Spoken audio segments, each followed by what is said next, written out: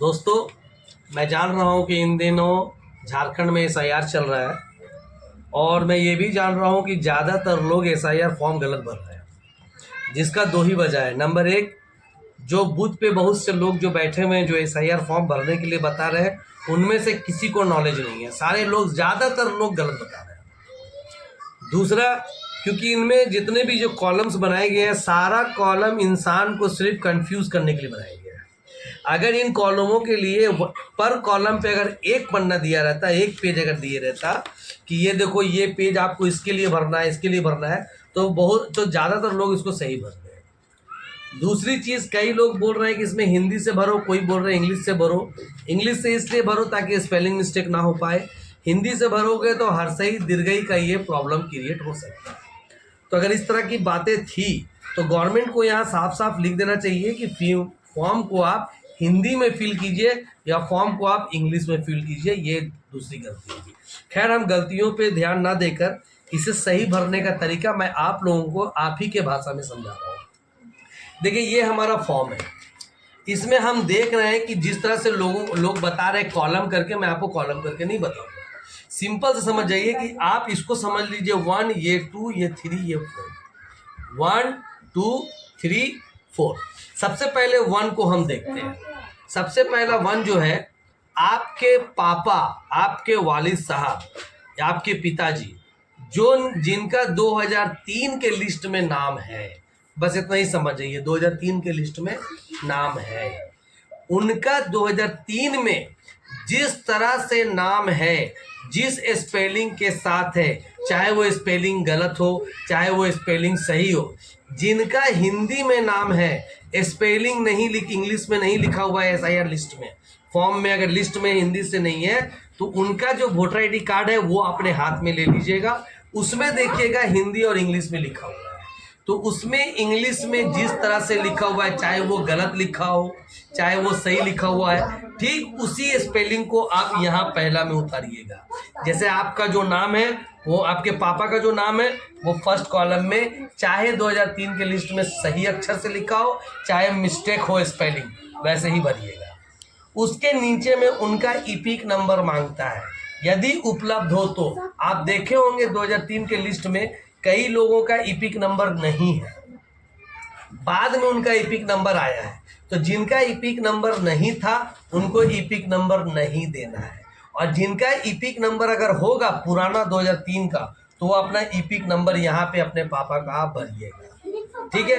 उसके नीचे है आपका संबंध, यानी उनके पापा का नाम, यानी अगर आप उनके बेटे यानी दादाजी का नाम। और अगर, क्योंकि पापा लोग तो सेल्फ नहीं भरेंगे, जाहिर सी बात है सबके बेटा लोग भरेगा या उनके बच्चे भरेंगे, तो उनके बच्चों को बता दूं कि आपके दादा का नाम, यानी आपके पापा का नाम, पापा के दादा का नाम इसमें भराएगा।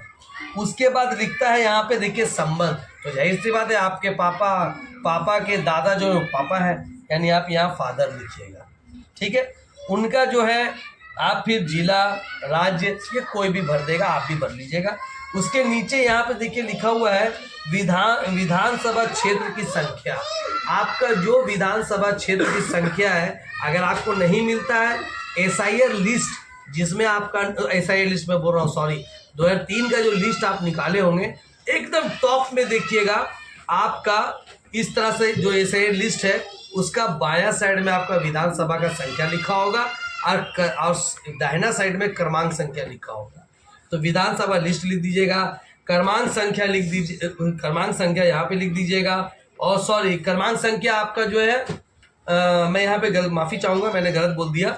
विधानसभा का जो क्षेत्र का संख्या है वो आपका बायां साइड इस तरफ, यानी कि बायां साइड में लिखा होगा, और भाग संख्या आपका दाहिना साइड में लिखा होगा, और क्रमांक संख्या लिस्ट में आप देखिएगा जहाँ आपके पापा का नाम होगा उसके सामने में आपका वहाँ पे लिखा हुआ होगा। ठीक है, ये भर दिए। उसके बाद इन्हीं को ऐसे समझ लिए तिरछा लाइन, ये लास्ट वाला में हमेशा सभी का, चाहे वो अपना पापा का भरे, आप अपना भरे या किसी का भी भरे, करंट भराएगा। तो पापा का पुराना आपने लिख दिया, 2003 का लिस्ट का लिख दिया। अब आइए लास्ट वाला, ये लास्ट वाला जो ये आपका जो है कॉलम नंबर 4, 1 2 3 4, कॉलम नंबर 4 जो है, अब यहाँ आ जाओ, कैमरा इधर लाइए। कॉलम नंबर 4 जो है, थोड़ा सा ऊपर रखना, कॉलम नंबर 4 जो है, इस कॉलम नंबर 4 में हम क्या करेंगे, अभी का करंट आपका आधार ले लीजिएगा अपने हाथ में। पापा का करंट आधार कार्ड तो बना हुआ होगा, उसको हाथ में ले लीजिएगा। उसी हिसाब से जो आधार कार्ड में डेट ऑफ बर्थ लिखा होगा उसको इस कॉलम में भर दीजिएगा। उसके नीचे पापा का आधार नंबर इसमें लिख दीजिएगा आप अपना। उसके बाद उनका, अपने पापा का जो है सो मोबाइल नंबर या अपना मोबाइल नंबर, किसी भी मोबाइल नंबर, जो मोबाइल नंबर आपका चालू है उसको इसमें लिख दीजिएगा। उसके नीचे पापा के पापा का नाम लिखिएगा, यानी दादाजी का। उसके नीचे आप पापा का आप KFR नंबर लिखिएगा, जो KFR नंबर होगा। तो स्टॉप करो। तो इसके बाद जैसे आपने अपने पापा का नाम लिख दिया, ईपिक नंबर जो उनका करंट है, तो दादाजी का अगर करंट होगा तो डालिएगा, नहीं होगा तो खाली छोड़ दीजिएगा। इसमें आप लोग को कुछ भरने का ज़रूरत नहीं है। उसके बाद पापा की माँ का नाम, यानी आपकी दादी जी का नाम यहाँ लिखिएगा। उनका ईपिक नंबर होगा तो लिखिएगा, या तो नहीं लिखिएगा। उसके बाद उनकी पत्नी का, यानी अपनी मम्मी का नाम यहाँ लिखिएगा, और मम्मी का करंट KFR नंबर यहाँ लिखिएगा। दोस्तों बस इतना ही है। उसके बाद अब आइए आप अपना, जिनका 2003 में नाम नहीं है, जिनका 2003 में नाम नहीं है, उनको इतना याद रखना है कि बस ये 2 फॉर्म भरना है, ये 2 भरना है बस, और कुछ नहीं। ये 2 कैसे भरेंगे, पहला कॉलम आपके पापा का हो जाएगा, दूसरा कॉलम आपका हो जाएगा। पहला कॉलम जो अपने पापा का आप भरिएगा वो 2003 के हिसाब से भरिएगा, जिस तरह से अपने पापा का आपने पहला वाला भरा, यानी अपने पापा का नाम दीजिएगा यहाँ, पापा के 2003 का ईपिक नंबर दीजिएगा, होगा तो, नहीं होगा तो मत दीजिएगा। उसके बाद यहाँ पे दिखता है रिश्तेदार का नाम, पापा के रिश्तेदार का नाम पूछ रहा है, ये मत समझिएगा कि आपको अपना कुछ नहीं भरना है सिवाय इस कॉलम के। तो यहाँ पे पापा का रिश्तेदार पूछ रहा है, यानी उनके दादाजी का नाम, अपने दादाजी का नाम यहाँ लिखिएगा। उसके बाद संबंध, तो दादाजी से आपका पापा का क्या संबंध है, जाहिर सी बात है आपके पापा के पापा, तो आप यहाँ पे उनका फादर लिख दीजिएगा। जिला, जिस जिला में आपके पापा हैं उसका लिख दीजिएगा। अपना राज्य लिख दीजिएगा। यहाँ विधानसभा संख्या का क्षेत्र लिखिएगा जो आप पापा में लिखे थे। यहाँ भाग नंबर लिखिएगा और यहाँ क्रमांक संख्या लिखिएगा, यानी सीरियल नंबर लिखिएगा। और इसमें आप अपना करंट डेट बता दिए, यानी यहाँ पे मैं हूँ, मैं अपना करंट डिटेल लिखूँगा। यहाँ पे कैसे, मैं अपना आधार नंबर, अपना आधार से डेट लिखूँगा, बर्थ डेट लिखूँगा, अपना आधार नंबर लिखूँगा, अपना मोबाइल नंबर लिखूँगा, अपना पापा का नाम लिखूँगा और उनका करंट जो आप ईपिक नंबर होगा, करंट मीन्स अभी का ईपिक नंबर लिखूँगा। अपनी मम्मी का नाम लिखूँगा, उनका भी अभी का ईपिक नंबर लिखूँगा। उसके बाद यहाँ पे अगर मेरी शादी हो गई है, मान ली मैं शादीशुदा हूँ, तो मैं अपनी वाइफ का नाम लिखूँगा और उसका करंट ईपिक नंबर लिखूँगा। अगर मेरी शादी नहीं हुई रहेगी तो ये वाइफ का जो यहाँ पे कॉलम दिया है, सेकंड लास्ट वाली और लास्ट वाली, ये दोनों को मैं ब्लैंक छोड़ दूँगा। बस इतना ही है मेरे दोस्तों। इसके लिए इतना ज़्यादा कन्फ्यूज़न है कि लोग लगभग सारे गलती कर रहे हैं। अगर किन्हीं को प्रॉब्लम होता है SIR फॉर्म को भरने के लिए तो वो मुझे कॉल कर सकते हैं, मैं उन्हें बिल्कुल गाइड कर दूंगा। मेरा नंबर 9905555904 है। और मैं उम्मीद करता हूँ आपको को वीडियो अगर पसंद आई होगी तो आप लोग इसे फॉरवर्ड करें ताकि और भी लोगों को आराम हो और आराम से लिख सके, भर सके।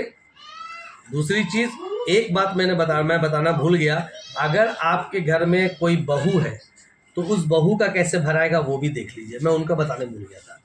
ठीक उसी तरह जिस तरह मैंने अपना फॉर्म भरा, जिस तरह से मैंने अपना डिटेल डाला था, मैंने अपने पापा का डिटेल डाला और फिर मैंने अपना करंट डिटेल यहाँ पे आधार कार्ड के हिसाब से मेंशन कर दिया। उसी तरह आपका बहू का, जो आपके घर में बहू होगी या भाभी होगी, उनका ठीक उसी तरह भराएगा। इसमें उनके पापा का डिटेल जाएगा, चाहे वो आप अगर झारखंड के हैं, उनके पापा बिहार के हैं तो राज्य में बिहार लिखाएगा, ठीक है। उनका वहाँ पे विधान संख्या जो नंबर का होगा वही लिखाएगा और उनका ईपिक नंबर जो होगा वही लिखाएगा।